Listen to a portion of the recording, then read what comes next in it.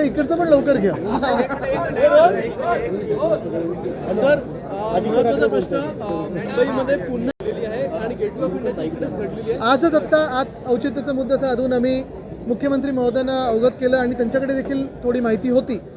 दुपारी एक बोट उलटलेली आहे, मला वाटतं एलिफंटाकडे चाललेली होती.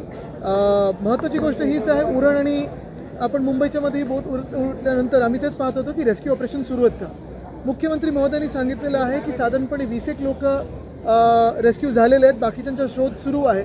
ईश्वरचरणी आमची हीच प्रार्थना आहे की सगळेच सुखरूप सापडावेत आणि सगळेच वाचावेत, ही आमची आता प्रार्थना. नियम कुठलेही पाळले जात नाहीत, सेफ्टी जॅकेट नसतात, बघा हे सगळं चौकशी वगैरे आम्ही नंतर मागूच, ह्याच्यावर चर्चा होईल. मला वाटतं उद्या देखील चर्चा होईल.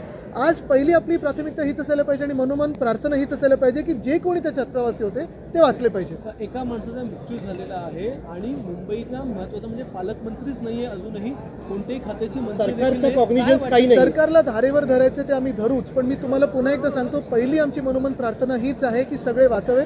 एकाचा मृत्यू झालेला आहे, आपण आत्ता मला सांगितलेलं आहे.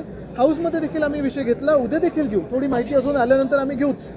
त्याचसोबत आत्ता आम्ही सगळ्याच आमदारांसोबत दीक्षाभूमी इथे जात आहे, कारण आपल्या सर्वांना माहिती आहे की गृहमंत्र्यांनी, केंद्राच्या गृहमंत्र्यांनी जो महामानव डॉक्टर बाबासाहेब आंबेडकरांचा अपमान केलाय काल, हा देश कधीही तो अपमान सहन करणार नाही. त्याच्या विरोधात आता आम्ही दीक्षाभूमीला जात आहोत. महत्त्वाचा प्रश्न एसटीची भाडेवाढ एसटी अचानक करण्यात आलेली आहे. मला वाटतं आता हे सगळं आपल्यावर कर दर हे सगळे वाढत जातील. आपल्याला माहिती आहे, हे मी आधी देखील सांगितलं होतं, एसटीची दरवाढ झालेली आहे. मुंबई महानगरपालिकेने देखील ठरवलेलं आहे की कचरा उचलण्यासाठी 100 रुपये प्रति घर हे आता कर वाढवणार. म्हणजे आता जेवढं काही उधळपट्टी यांनी केली होती त्याचं आता हे भरून काढणार.